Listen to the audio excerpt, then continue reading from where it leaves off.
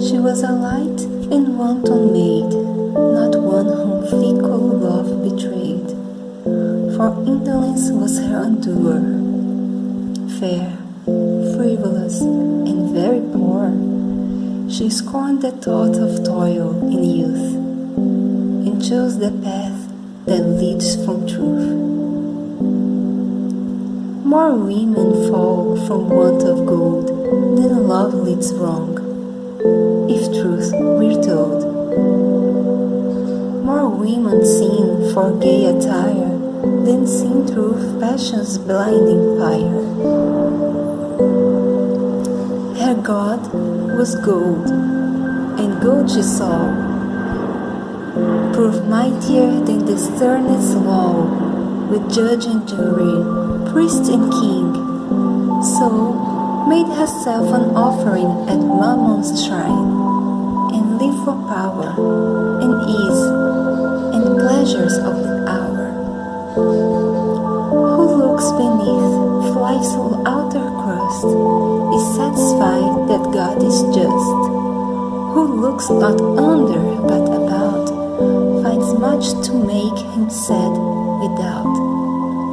For virtue walks with feet born bare, while sin rides by with coach and pair. Men praise the modest heart and chaste, and yet they let it go to waste, and follow, fierce to have and hold, some creature, wanton, selfish, bold. She saw but this, life's outer side. No higher fate was hers to guide. She worshipped gold and hated toil, and hence her youth with all its soil. With all it seemed too dark to name, of secret crimes and public shame. With all its trail of broken lives, of ruined homes, neglected wives, and weeping mothers. Proud and gay she went her devastating way, with untouched brow and fadeless grace. Not time, but feeling, marks the face. Sin on the outer being tells not till the startled soul rebels, and she felt nothing but content. She was too light and indolent to worry over days to come.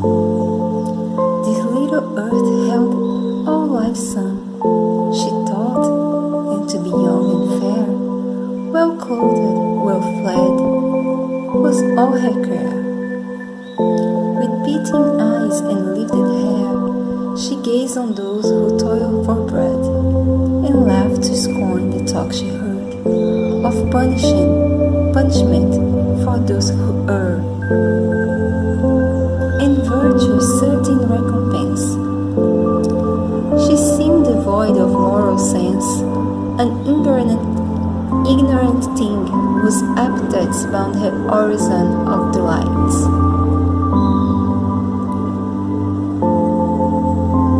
Men were her puppets to control, unconscious of a heart or soul she lived, and gloried in the ease she purchased by her power to please the eye and the senses. Life's one woe, which caused her pitying tears to flow, was poverty. Though hearts might break and homes be ruined for her sake, she showed no mercy. But when need of gold she saw, her heart would bleed. The lack of clothing, fire, and food was earth's one pain, she understood. The suffering poor oft blessed her name, nor questioned whence the ducats came, she gave so freely. Once she found a fainting woman on the ground, a wailing child clasped to her breast. With her own hands she bathed and dressed the weary waves, gave food and gold, and clothed them warmly from the cold. Nor guessed that one she lured for home had caused that suffering pair to roam unhoused. Then one day, unheralded across her way, the conqueror came. She knew not why, but with the first glance of his eye, a feeling, new and unexplained, woke in her what she oft had feigned. And when his arm stole near her waist, as startled maidens blush with chaste, sweet fear at love's advance, so she blushed from brow to breast of snow.